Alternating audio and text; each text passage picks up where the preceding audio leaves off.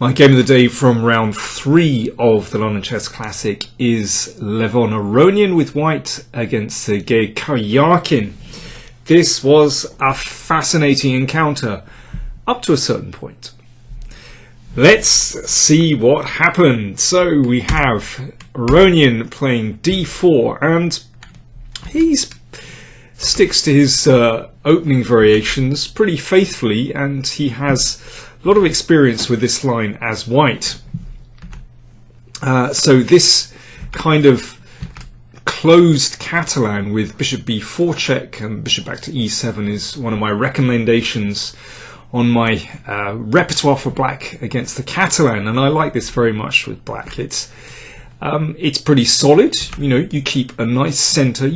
I recommend you don't take here, but it offers black dynamic chances. What more do you want from an opening?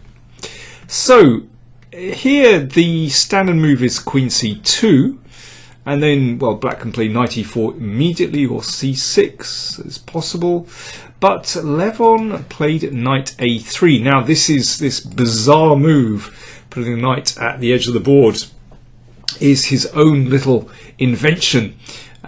He defeated Anish Giri in Vaikonze in January with this in a beautiful game.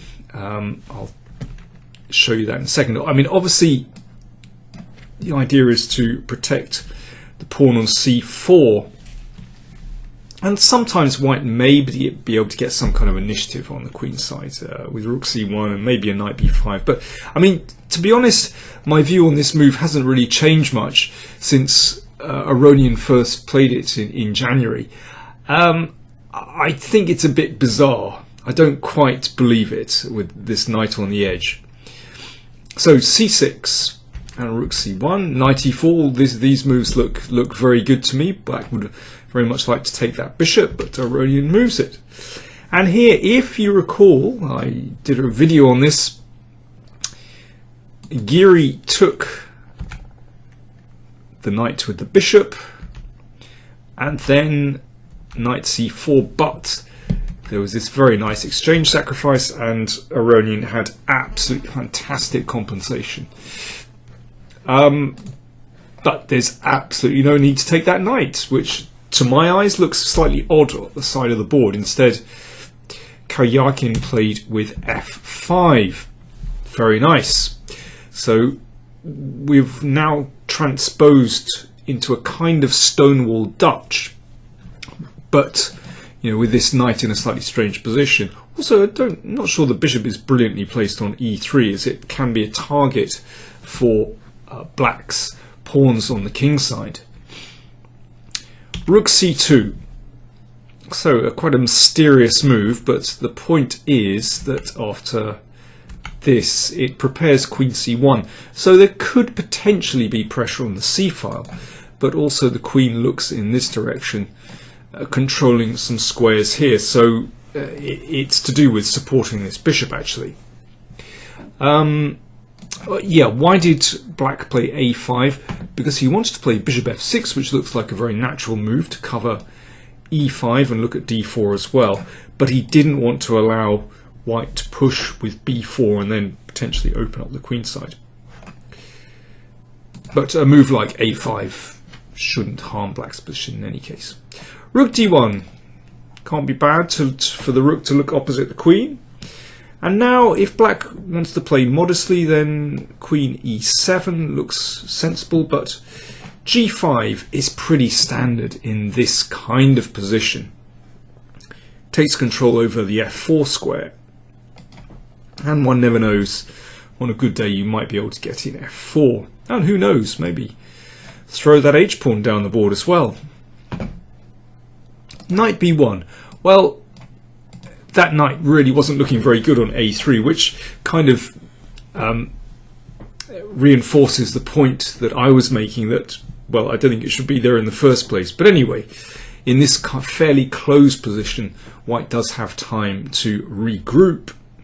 And again, I think queen e7 is quite a reasonable move. You never know, the queen could switch along the second rank. But rook f7 was played, interesting. So coming opposite white's king.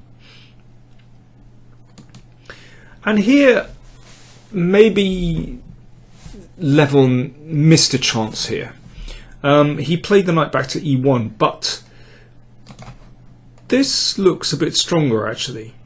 So if d takes e5, then knight e5, so that exploits the position of the rook against the queen, so black doesn't really want to take that knight off. That looks quite promising for white. And if f takes, then knight d2, simply with the idea f3. And I have to say that the rook on g7 in this case looks somewhat misplaced, because certainly the g file isn't going to open in that case. And there is a bit of a traffic jam here. It's going to take some time for black to bring pieces into the game. But instead, knight e1 played. And now knight d6. I think it's a nice move. I mean, and again, very typical for this kind of stonewall formation. Looking at the pawn on c4 and really, wanting to provoke an advance. So if c5, then the knight can hop in here and grab that bishop, and maybe later on e5, I think black would be very happy there. So Levon played b3, and well, that gives up a pawn. Of course, in taking that pawn, then black has to give up this central point d5. So automatically, white does have some compensation here, because now, white, it has more control of the center, have greater room in the center. Nevertheless, this isn't bad for black at all. He's a pawn up, and well, the knight is looking pretty good here. Looking at this pawn, this pawn can't advance at the moment because these pawns sit very well on c6 and e6. So at this point, it seems to me that Karjakin is starting to look pretty good. Aronian played knight e3, and this is a really ambitious move. I mean, maybe things are not going his way anyway. And it's interesting to see that Karjakin bottled out of taking the pawn on d4. He could have done, but I can understand why he didn't, because the d file opens, and it's not easy to bring these pieces out. And then maybe knight e5. I'm not exactly sure what Levon intended here. And white certainly has compensation, but it is two pawns. 2 pawns. Is it enough? Instead, Karjakin played more pragmatically. Maybe that's typical for him. Queen e8. He doesn't like to risk all, is my impression. And you have to ask yourself, what exactly is white doing in this position? So Aronian played knight e5. So if this is exchanged, then the g5 pawn hangs. Although black is still a pawn up, that feels as though white's position has improved. Black's king looks a bit drafty compared to white's. So Karjakin played f4, excellent move. If the bishop drops, then the d pawn hangs. So this has to be taken, but of course now this totally justifies the switching of the rook to the g file, and suddenly black has tremendous chances just because of the position here. There was obviously discovered attack threats here, so that's why the rook dropped. And the queen comes to the g file, threatening mate, and bishop g3 closes it, but of course h5 threatens h4 and so on. Knight b6, okay, the rook's attacked, so that moves, but no damage done. Rook here. Okay, watch out, there could be some stuff going on here, therefore the knight drops back, covering d8, and remember, this is still a threat. This is a very difficult position for white. If h4, then that can just be taken because of the pin. So Aronian tried to muddy the waters here. He moved the queen into c5. And here, well, the obvious move is h4. And this could have been played. But there's no doubt that white does have a little bit of compensation here because, you know, these pieces are very awkwardly placed. At the moment, it's only, well, it's a clear piece down, but got to watch that rook on b8. And if b6 stops that queen a7 move. Now white has 2 pawns and for the piece, but it should be good for black. But I can understand why Karjakin thought, well, this is still a bit tricky because basically white's king is totally safe, black's king is exposed. In that case, this is a tricky position. So instead, Karjakin played very pragmatically and advanced his pawn to e5. And I think that's a very sensible decision, actually. You know, you just want to free this bishop. Here, the queen dropped because he's trying to keep an eye on this one. And he's pinning, so he's trying to reinstate the threat of rook d8. So this seems sensible. So the king moved out of the diagonal. And now Aronian should certainly take here. And here he has compensation. I mean, I think, you know, black is certainly all right in this position. If h4, then bishop e4 is a bit embarrassing, hitting the queen, and the knight is threatened as well. But I mean, you know, this is a playable position for black. You know, anything could happen here. But instead, Aronian made a mistake. He played h4, and that allowed the bishop to escape.